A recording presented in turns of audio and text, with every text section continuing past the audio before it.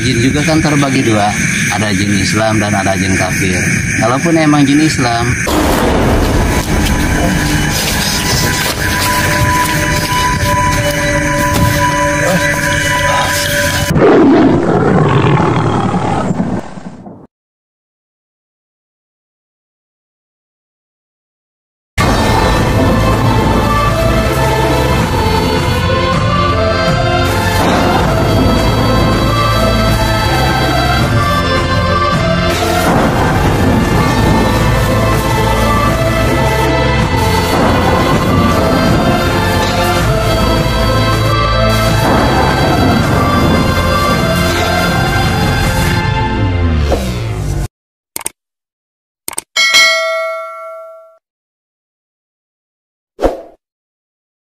Assalamualaikum warahmatullahi wabarakatuh.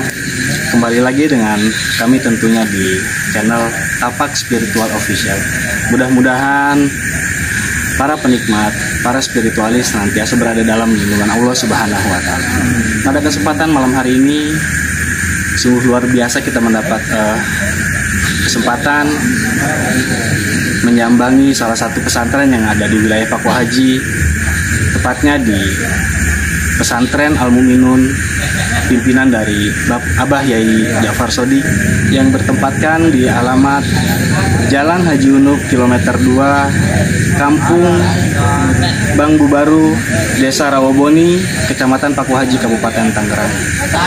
Kedatangan kita pada malam hari ini untuk menemui salah satu guru kami, guru di mana tempat kami menuntut ilmu di sela-sela aktivitas atau kesibukan. Mungkin kita langsung saja menemui beliau untuk mengetahui bagaimana kabarnya. Mari, Kang.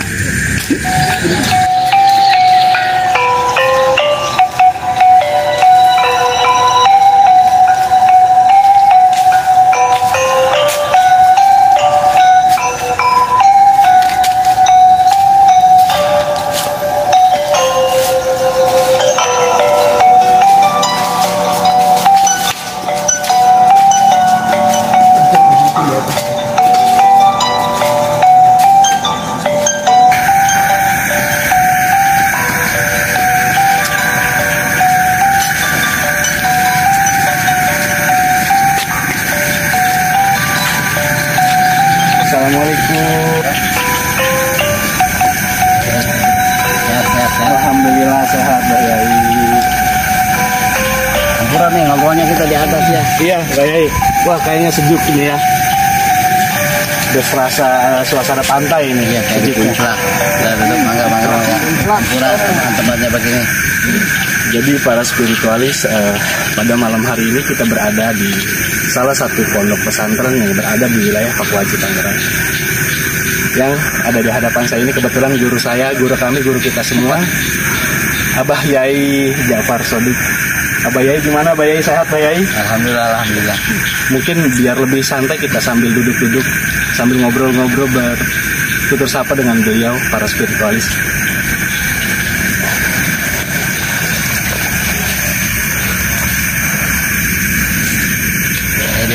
Diminum. Ya, terima kasih, Mbak Yai. Bagaimana, Mbak Yai, kegiatan untuk saat ini? Alhamdulillah, kalau kegiatan normal saja sebagaimana pesantren Salafi umumnya kan. Jadi untuk kesempatan malam hari ini kita sengaja menyambangi Mbah Yai, selain untuk melunasi rasa kangen kami sama Mbah Yai, sekaligus ingin sedikit tahu sejarah sekaligus seluk-beluk pesantren ini dibangun Mbah Yai. Hampura mohon Mbah Yai tidak keberatan untuk bercerita, berbagi kepada kami, khususnya untuk para rekan-rekan, para penikmat, para spiritual kami di rumah. Alhamdulillah, untuk awal pendirian ini pesantren ini emang didirikan di tempat yang dulu benar-benar terkenal dengan spiritual. Alhamdulillah untuk sekarang kita dirikan pesantren, kita dirikan majlis, bahkan ada putra dan putrinya. Alhamdulillah. Tapi meskipun begitu, kita untuk dunia mistis, tapi meskipun anak-anak di sini udah rajin ngaji, rajin sholat, rajin apa, untuk bicara mistis tetap masih ada. Bahkan boleh dikatakan masih anak-anak juga sering sering interaksi, bahkan sering melihat yang begitu. Karena ya lagi-lagi dulu di tempat ini benar-benar sakral banget. Biar kita jadikanlah pesantren ini. Untuk sistem untuk pendidikan sendiri Mbah Yai mohon dihampura. Mudah-mudahan Mbah Yai tidak berkeberatan berbagi kepada kita semua di sini terkait pendidikan apa saja yang santri-santri di sini biasa lakukan secara pelajaran Mbah Yai. Untuk sistem pelajaran kita sebagaimana salafi umumnya ya, mungkin pagi-pagi sesudah sarapan kita biasa sorogan dengan amil jurumianya, ada yang ngelal, ada yang asal. Baru jam 9 kita tingkatkan dengan kitab-kitab baik dari fikih maupun tafsir. Istirahat kita jam 12, jam 2 kita start lagi, itu kita bahasan yaitu bahasa masalah hadis dan tauhid.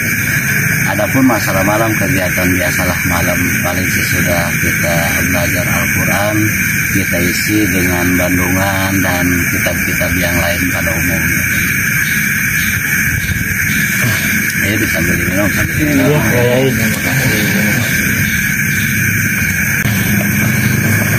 Barusan saya sempat sedikit mendengar dari Mbah Yai penjelasan terkait gangguan-gangguan secara tak kasat mata, pengalaman apa saja yang dominan terjadi di sini Mbah Yai.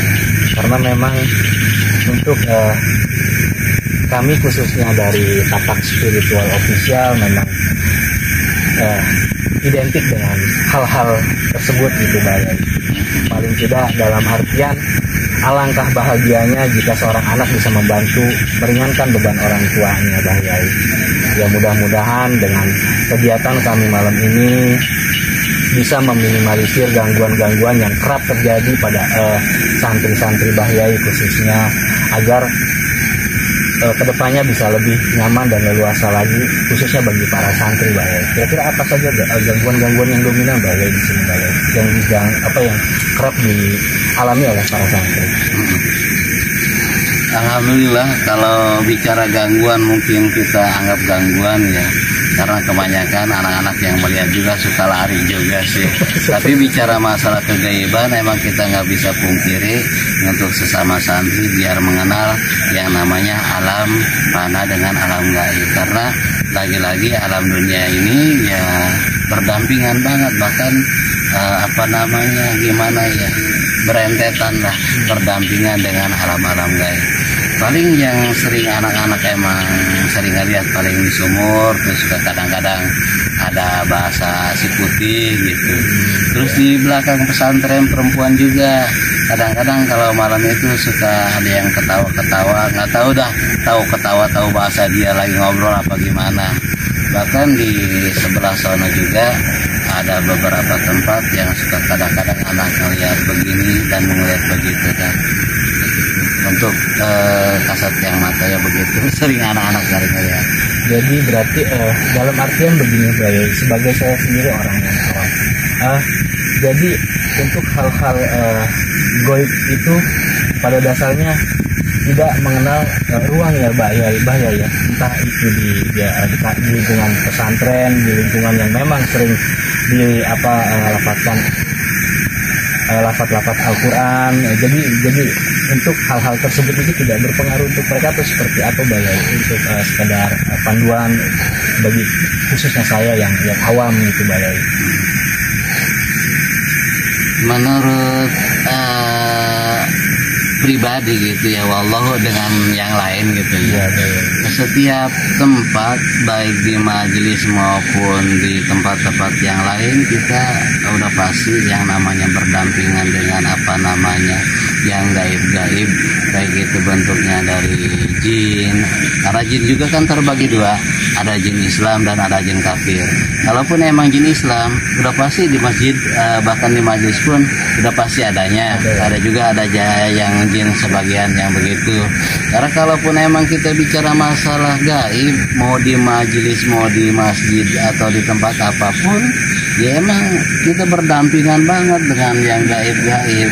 Jadi wajar-wajar saja kalaupun emang hal-hal yang begitu, Abalir katakan di tempat apapun dia hayu begitu, tergantung penempatan dia di bidangnya masing-masing begitu.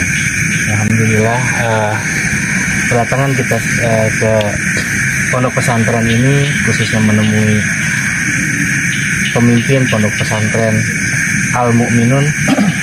Mudah-mudahan tidak sia-sia, khususnya untuk para penikmat spiritualis, agar paling tidak kita di sini mempunyai pedoman agar tidak mudah terpengaruh, khususnya terpengaruh oleh bujuk rayu setan. Karena memang di celah-celah waktu kesibukan kami, di saat kami ada waktu untuk memanfaatkan otak kami untuk belajar terkait khususnya ilmu agama yang memang diwajibkan oleh kepada kita semua, ya inilah sosok guru yang selama ini membimbing kami, sosok guru yang selama ini selalu memberi wejangan terhadap kami.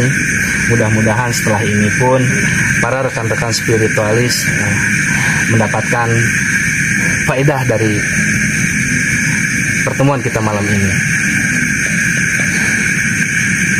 Bang Ustadz sendiri kira-kira sebagai praktisi Bang Ustadz menyikapi obrolan yang atau penyampaian yang sudah dijelaskan oleh Mbah Yai sendiri seperti apa Bang Ustadz? Ya mungkin kita kembalikan lagi ya kepada Abah Kiai, guru kita semua, ya sekedar pemasukan kepada kami semua, kiranya di bidang apa namanya pergaiban itu,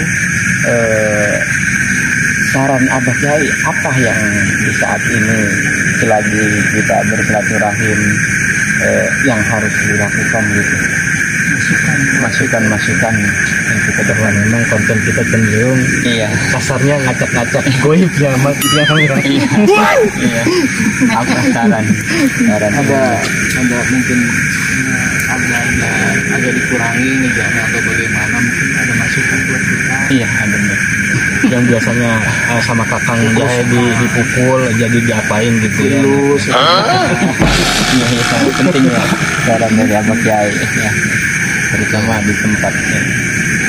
Jadi bicara masalah gaib memang beberapa keterangan di dalam Al-Quran pun ya banyak.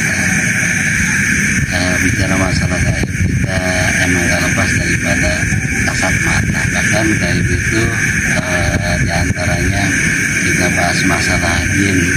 Jin itu kan terbagi dua, antara jin Islam dengan jin kafir. Bahkan dari awal kita bahas dari apa namanya Mang ini juga sepandai-pandainya apa namanya dan sebaik-baiknya jin, kita harus lebih pandai dari dia, karena tidak menutupi kemungkinan jin itu benar-benar luar biasa di dalam segi bahasa itunya agak sedikit gimana ya, agak licik atau apa. Karena sebaik-baiknya jin dibandingkan dengan manusia ya mungkin jauh beda. Sebandal-bandalnya manusia mungkin itulah sebaik-baiknya jin. Beberapa tarikh yang mengatakan begitu. Makanya di dalam pergaiban untuk hal-hal yang begitu kita nggak lepas daripada hal-hal berbentuk yaitu ilmu fikih dan tauhid. Karena dengan tanpa didasari dengan hal-hal begitu, itu hal-hal yang begitu bisa membimbing kita ke jalan yang salah. Meskipun kelihatannya bagus, cuma kelihatannya bagus, tapi di dalam kadang-kadang di ujungnya, ending akhirnya suka banyak yang menjerumuskan kita. Makanya lagi-lagi kita bicara masalah gaib sebagai iwan-iwan teman-teman yang bergelut di bagian begitu, kita harus pandai. Satu, yang kedua kita harus juga punya pedoman dalam artian baik ke fikihnya maupun ke tauhidannya supaya keimanan kita tidak melenceng daripada hal-hal yang berbentuk begitu. Gitu. Itu mungkin menurut itu saya ya. Allah dengan yang lain. Alhamdulillah, Mbak Yai, paling tidak kita di sini mendapatkan wejangan dari Mbah Yai yang insya Allah bermanfaat untuk kita khususnya dan bermanfaat untuk rekan-rekan semua umumnya. Sebagai praktisi, kira-kira apa yang Kakang sikapi dari keterangan Mbah Yai barusan? Apakah Kakang sudah mengarah ke sesuatu sumber energi kah? Ya, untuk tindak lanjut dari keterangan Mbah Yai ini kita coba untuk memediasi dengan lukisan ya. Kita coba sosok-sosok yang memang kerap mengganggu santri-santri di sini yang mudah-mudahan ketangkep. Lagi-lagi seperti pesan Mbah Yai ini kita nggak boleh berpatok 100% dengan ini karena lagi-lagi jin pandai memanipulasi. Bisa jadi yang kita lihat sesuatu yang memang nggak nyata, sesuatu yang memang tipu daya kecohan mereka. Kembali ke kita menyikapinya seperti tadi Mbah Yai, kita benar-benar harus punya pegangan yang kuat, jangan sampai kita terberdaya. Karena jin itu benar licik. Hari ini A, besok B. Ini kalau ada orang yang hari ini ngomong A, besok B, berarti jin juga tuh. Jadi hampura Mbah Yai. Ya, sedikit menarik barusan penjelasan dari Kang Jahe.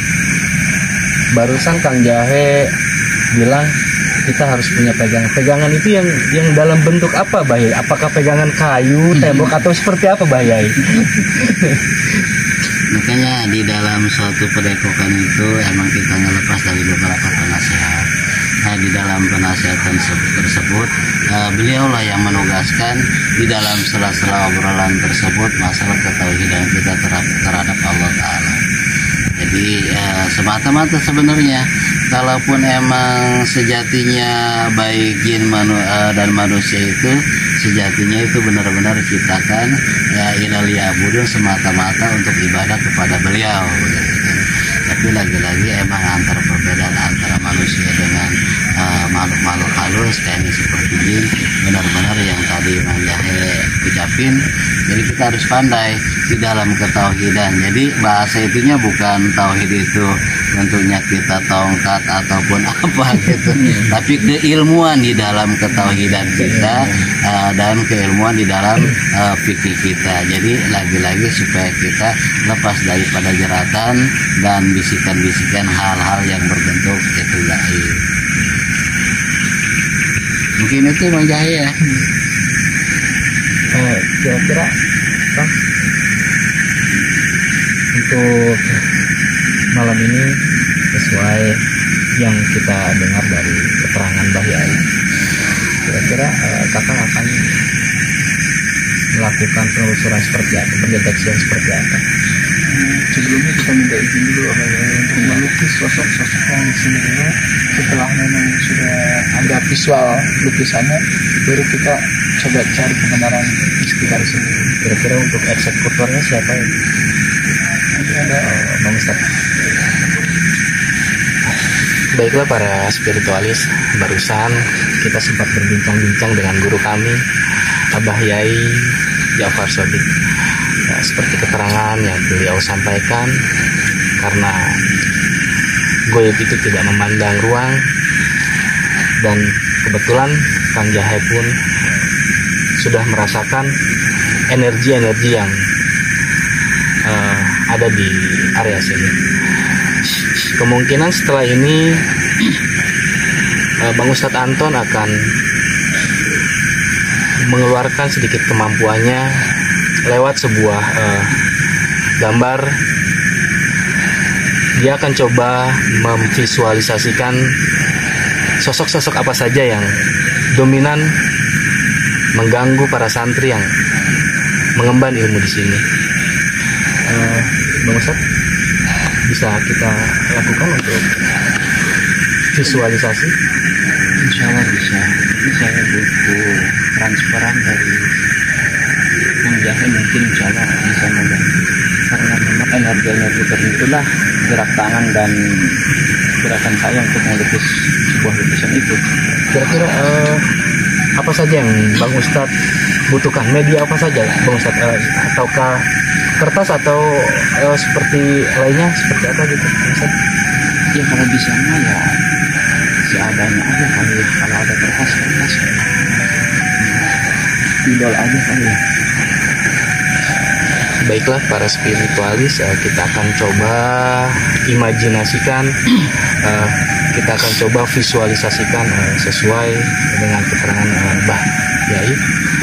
Mungkin kita akan mempersiapkan media untuk Bang Ustadz menuangkan imajinasinya. Bang Andes, bisa tolong dibantu untuk mempersiapkan segala sesuatunya? Siap, bisa.